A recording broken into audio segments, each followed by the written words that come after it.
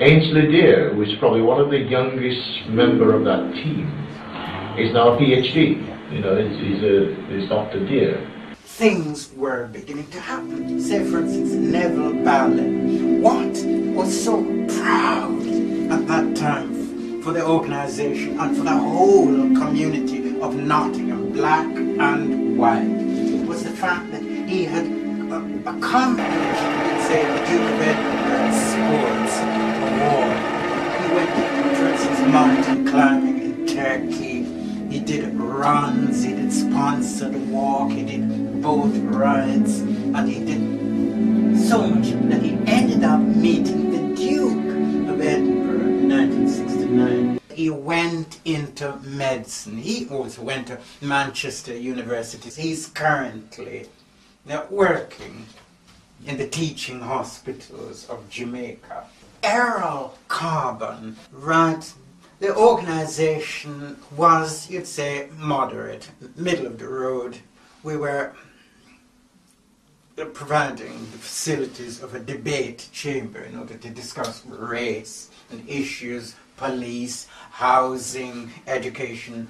But Errol Carbon thought we could do more by way of becoming actively involved in the community. So he and the other, including Mr. Jonathan Gregory, you'd say, defected in order to create the nucleus of a new organization called BPFM, the Black People Freedom Movement. They rent property on Derby Road at the time, so they set themselves up as, you'd say, proactive. They were more African in their outlook, and to be honest, they were Pan-Africans, straight Pan-Africans, because the Pan-African organization came out of the BPFM, and they were actively involved. If, for instance, there were problems within the school system, emissaries would be sent from the organization, even into police stations, if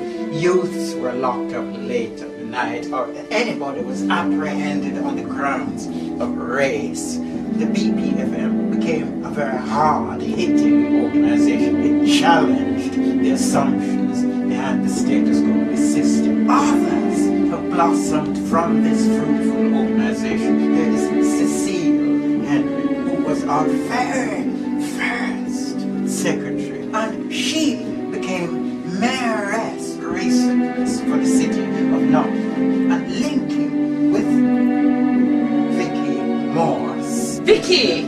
Yes, Vicky. Vicky became mayor of Greenwich. I did a stint with the Jamaica National Children's Home, which was part of NCH in London, and Vicky came out on one of her mission trips and visited us. And there's Mrs. Harris too. Oh God. Yeah, Mrs. Harris. We used to. She is everybody's mummy.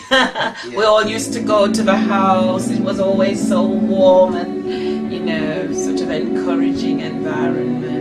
Before I leave the stage here, I must comment on the work attributed to the organization by Neris Marad. Neris, you'd say, was the secretary. She served in the capacity of secretary as soon as I was elected president. My sister, who was 3 years older than me, she joined the Students' Union and became the secretary. My sister is no longer alive. She is now passed on.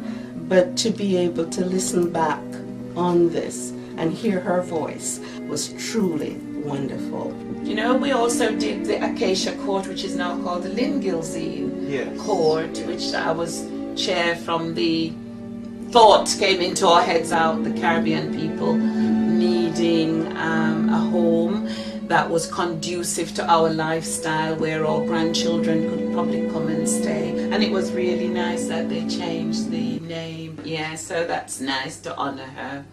But guess who has grown up? My brother. I know. Joseph Montgomery works in the office of the Deputy Prime Minister. Really? Yes.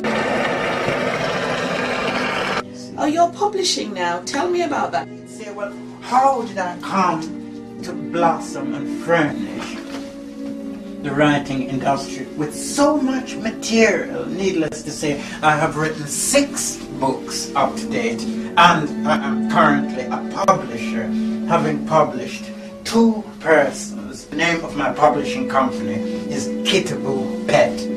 I have to give some credit to Life and Times of the Nottingham West Indian Students Association. All of those people have gone on to make good use of the opportunity they had. As a former member of the Nottingham West Indian Students Association, now living in Jamaica, I would like to say a special thanks to Mr. Pitman Browne for the super work he is doing on behalf of the association. This is a continuation of the splendid work he did back then with a committed group of students while he was president of this group. What he's doing now through this project is giving today's youngsters the opportunity to look with understanding at a period in the 60s which had special significance to their parents and elders. It is hoped that these efforts will help to motivate a number of these youngsters to set worthwhile, achievable goals and then work as hard as possible towards achieving